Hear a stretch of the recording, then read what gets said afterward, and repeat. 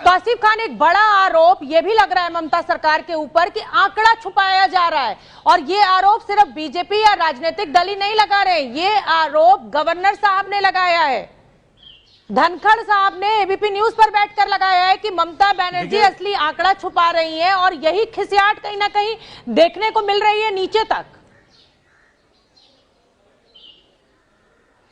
देखिए, गवर्नर साहब जो है वो एक बहुत ही उम्रदराज आदमी है, उनके उम्र का हम लिहाज करते हैं, लेकिन उनके बातों को हम लोग सीरियसली नहीं लेते। अब आंकड़ा का जहां तक बात होता है तो 25 अप्रैल को अहमदाबाद म्युनिसिपल कमिश्नर ने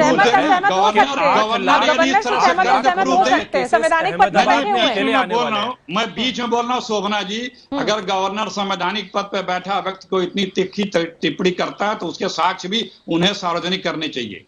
गवर्नर को इस तरह से अगर टिप्पणी कर रहे हैं तो उन्हें बहुत सारे गवर्नर थे। आज मेरे पास मैं पूरी लिस्ट लेके बैठी हुई हूँ। क्या नहीं हुआ, बूटा सिंह का नाम मुझे भी याद है। अब उन सब इंसिडेंसेस पे मत जाइए, मेरे डिबेट को मत भटकाइए। हाँ, मेरी डिबेट को मत भटकाइए, मुझे सब याद है। डिबेट को नहीं भटका रहा हूँ, मैं प्रश्न खड़ा कर रहा हूँ। ठीक है तौसीफ खान, हाँ तौसीफ खान, आप लोगों के एजेंडे से डिबेट हो तो प्रश्न खड़ा। आंकड़ों पे आइए। संवैधानिक पद है, गवर्नर कोई महासचिव प्रभारी नहीं है। पे मैं बात करता हूं बीजेपी के कि आज अगर देश में सबसे बड़ा खतरा अगर किसी ने बताया है कि खतरा आने वाला है, सुनामी आने वाला है कोरोना का, तो वो अहमदाबाद के म्युनिसिपल कमिश्नर ने बताया 25 तारीख को कि 8 लाख एस्टिमेटेड केसेस 31 मई तक आने वाले हैं। तो ये है आंकड़ा जिस पे चर्चा नहीं किया जा रहा। इस बात से भटकाने के लिए आप देखेंगे कि संबित पात्रा जी आते हैं टीवी में और फिर से उसको हिंदू मुस्लिम करने लगते हैं। ये हिंदू मुस्लिम करने से इससे हम लड़ नहीं पाएंगे।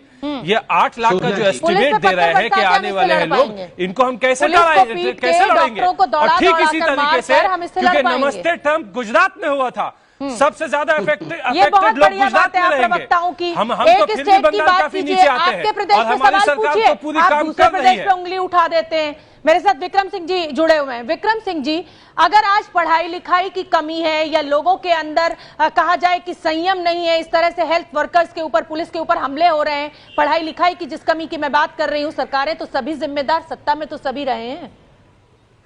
शोभना जी, ये तर्क ही बड़ा अनकन्विंसिंग है, अविश्वसनीय है। और लॉ का एक सिद्धांत है, ignorance of law is no excuse. Bengal police के साथ मैंने बहुत काम किया है और ये बड़ी अनुशासित और रूल ड्रिवन, देश की सबसे पुरानी पुलिस फोर्स है भारत की वेस्ट बंगाल पुलिस।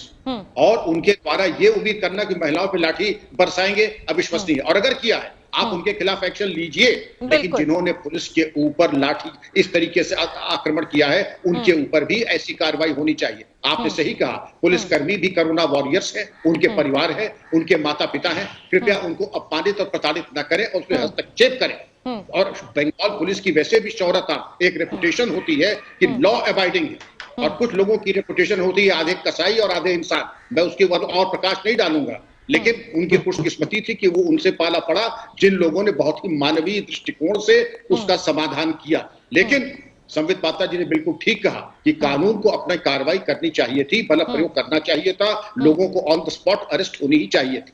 ठीक है संबित पात्रा, अब मैं इसके सॉल्यूशन पे आऊंगी। अब देखिए, ये बात तो निकलकर सामने आ ही गई कि कुछ ऐसे जाहिल लोग हैं जिनको ये समझ में नहीं आ रहा है कि कोरोना का खतरा कितना बड़ा है, जो उनको बचाने जा रहा है वो उसी के ऊपर हमला बोल दे रहे हैं, वो चाहे किसी वर्ग विशेष से हो, किसी भी समाज के हिस्से से हो।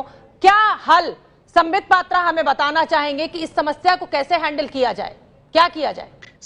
देखिए, नंबर 1 है जो सोल्यूशन है कि जहालत की वकालत कभी नहीं होनी चाहिए किसी भी व्यक्ति को। ये बिल्कुल साजता नहीं है कि वो आके जहालत का वकालत करे, उससे जहालत को बल मिलता है। नंबर 2, बहुत कड़े से कड़े एक्शन होना चाहिए। अगर पुलिस के ऊपर या कोरोना वॉरियर के ऊपर किसी प्रकार का प्रहार हो, जैसे अभी ऑर्डिनेंस लेके केंद्र सरकार आई थी कि जेल जाना पड़ेगा, राज्य सरकार ने भी इसमें वो की अमेंडमेंट, योगी सरकार भी लेके आई है। ममता बनर्जी को योगी सरकार से शिक्षा लेनी चाहिए और इस प्रकार का एक ऑर्डिनेंस वो ममता बनर्जी अपने राज्य में भी लाए, जेल के अंदर चक्की पीस। ठीक है संबित पात्रा।